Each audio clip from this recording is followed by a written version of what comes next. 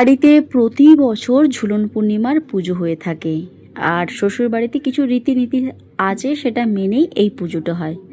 একাদশী থেকে এই ঝুলন পূর্ণিমা রাধাকৃষ্ণ স্থাপন করা হয়, আর পূর্ণিমা পুজোতে পুজো করে পুজোর শেষে আবার রাধাকৃষ্ণকে ঠাকুরের সিংহাসনে বসিয়ে নিত্য পুজো করা হয়।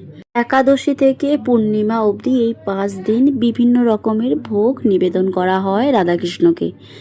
তার মধ্যে একটা ভোগ হচ্ছে আনন্দ নাড়ু। সেই আনন্দ নাড়ুর রেসিপি আপনাদের সামনে তুলে ধরলাম। নিশ্চয়ই কমেন্টে জানাবেন কেমন লাগলো আপনাদের, আর আপনারা কীভাবে বানান সেটাও কিন্তু জানাবেন। 1 বাটি চিনি আর 2টো এলাচ, 8খানার মতো গোলমরিচ গুঁড়ো করে নিয়েছি।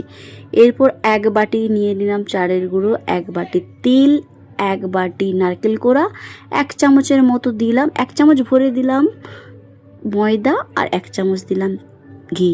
এটাকে ভালো করে হাত দিয়ে মেখে নিতে হবে আর অনেকটা সময় ধরে ধরে এটাকে মাখতে হবে আর কি। আর রান্না মানেই বুঝতে পারছেন, সময় নিয়ে করতে হবে, তাড়াহুড়ো করলে হবে না।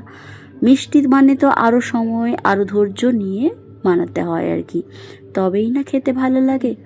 আর নিয়েছি 4 চামচের মতো ঠান্ডা দুধ, 3 চামচ দুধ লেগেছে আর কি।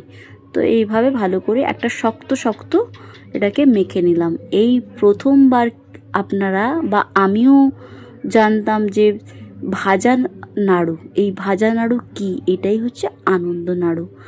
আনন্দের সময় এই নাড়ু ভাগ করা হয় বলেই এটাকে বলা হয় আনন্দ নাড়ু। ভালো করে মেখে নিলাম, আমার ছোট ছোট করে গুলতির মতো বানিয়েছি। টোটাল আমার 45খানা হয়েছে আর কি।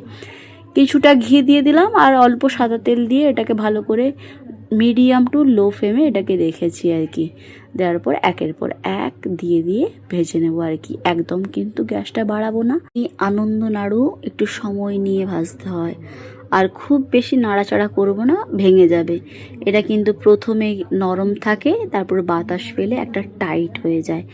আর এই আনন্দ নাড়ুর ওপরটা যেমন একটু খাস্তা মতো, ভেতরটা বেশ নরম, মুখে দিলে দুর্দান্ত লাগে। জানেন তো, আমি কিন্তু আপনাদের কমেন্টের অপেক্ষায় থাকলাম। লাইক শেয়ার কমেন্ট করতে ভুলবেন না যেন। টাটা।